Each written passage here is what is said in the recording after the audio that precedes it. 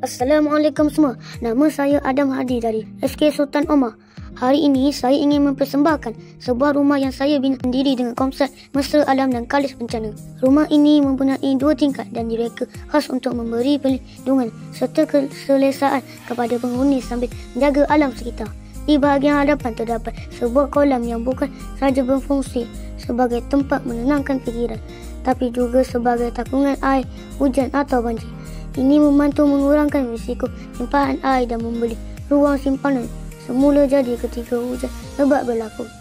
Sekeliling rumah dihiasi taman hijau yang memberi ruang untuk aktiviti riadah.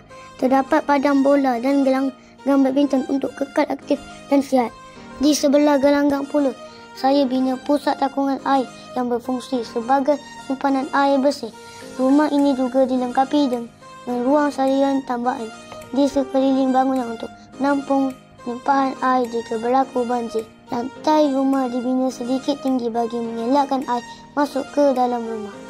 Dari segi binaan, saya memilih gabungan bahan moden dan semula jadi supaya rumah ini kukuh serta menarik. Saya menggunakan ayam blok yang tahan gegaran dan bencana. Struktur rumah direka supaya fleksibel serta mampu menyerap tekanan semula jadi seperti gempa bumi atau angin kuat.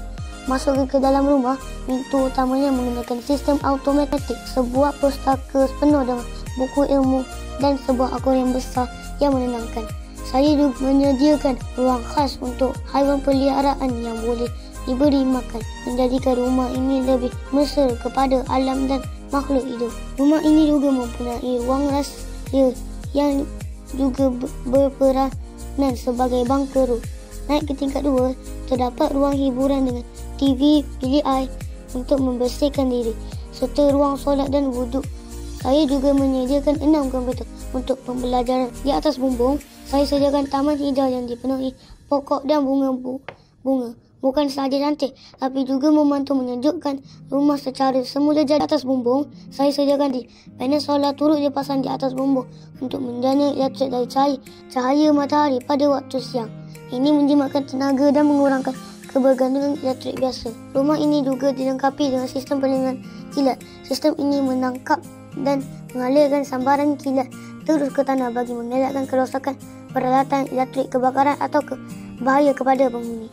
Akhir sekali, lampu amaran pesawat pasang di atas bumbung. Ia menggunakan lampu LED berkuasa tinggi dan menyala secara automatik. Ini penting untuk keselamatan penerbangan serta melindungi nyawa dan harta benda. Itulah rumah mesra dan alam dan kali bencana saya. Terima kasih.